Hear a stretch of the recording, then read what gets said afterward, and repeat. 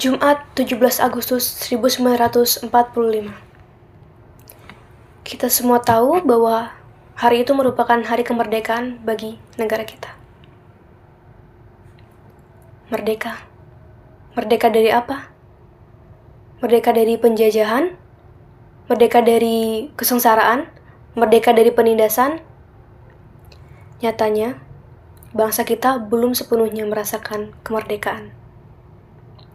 Lantaran, bangsa kita masih saja dijajah oleh bangsa kita sendiri.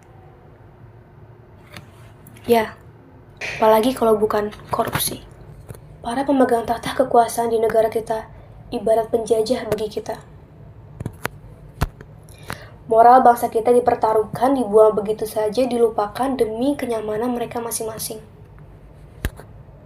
Satu persatu, orang-orang keji tersebut bertambah menjadi belasan, puluhan, ratusan, bahkan mungkin kedepannya akan menjadi ribuan. Mulai dari kasus Menteri Kehakiman Djodi Gondokusumo yang menerima uang suap sebesar 40.000, hingga berubah menjadi kasus korupsi terbesar di Indonesia menjadi kasus korupsi PT Timah yang merugikan negara hingga berjumlah 300 triliun rupiah. Atau jika kita kulik lagi lebih dalam, masih banyak sekali kasus-kasus korupsi di Indonesia yang bahkan berjumlah 791 kasus korupsi di Indonesia pada tahun 2023 lalu. Hal ini membuktikan bahwa betapa seriusnya masalah korupsi di Indonesia. Karena kasus-kasus ini kerap terjadi dan selalu berulang, selalu bertambah tiap tahunnya. Lantas, bagaimana kasus-kasus korupsi tersebut dapat kita atasi? Tentu saja dengan upaya pemberantasan korupsi dan pencegahan korupsi yang diberikan oleh pemerintah.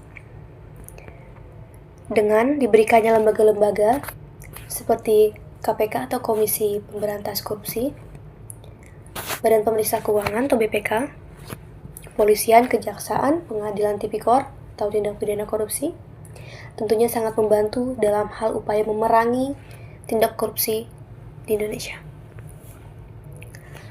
Lembaga-lembaga tersebut memiliki peran dalam menyelidiki, menyidiki, menuntut, mencegah dengan cara memberi edukasi dan juga memberi kampanye di masyarakat. Selain itu, peran hukum nasional tidak kalah pentingnya dalam upaya memerangi korupsi di Indonesia. Dengan adanya undang-undang yang mengatur mengenai tindak pidana korupsi, yaitu Undang-Undang Nomor 31 Tahun 1999. Undang-undang ini mengatur mengenai jenis-jenis tindak pidana korupsi, ketentuan pidana bagi pelaku tindak pidana korupsi, dan ketentuan pidana bagi orang di luar wilayah Indonesia yang membantu terjadinya tindak pidana korupsi. Penegakan hukum yang seharusnya bisa lebih tegas lagi ke depannya juga merupakan hal yang sangat penting demi terwujudnya negara yang bebas korupsi. Penegakan hukum yang seharusnya bisa lebih tegas lagi ke depannya juga merupakan hal yang sangat penting demi terwujudnya cita-cita kita, yaitu negara yang bebas korupsi. Hal ini dikarenakan masih banyak sekali kasus-kasus korupsi dengan penanganan yang masih kurang tepat, kurang efektif, dan tidak sesuai dengan yang semestinya. Hal ini menjadi salah satu penyebab mengapa kasus-kasus korupsi selalu berulang kembali tiap tahunnya. Namun, selain upaya-upaya dari pemerintah dan lembaga-lembaga yang sudah saya sebutkan tadi, kita sebagai masyarakat dan warga negara juga memiliki kewajiban untuk mencegah korupsi. Selain upaya-upaya dari pemerintah maupun lembaga ataupun ketentuan hukum, kita sebagai warga negara juga memiliki kewajiban untuk membantu berperan dalam pencegahan tindak korupsi.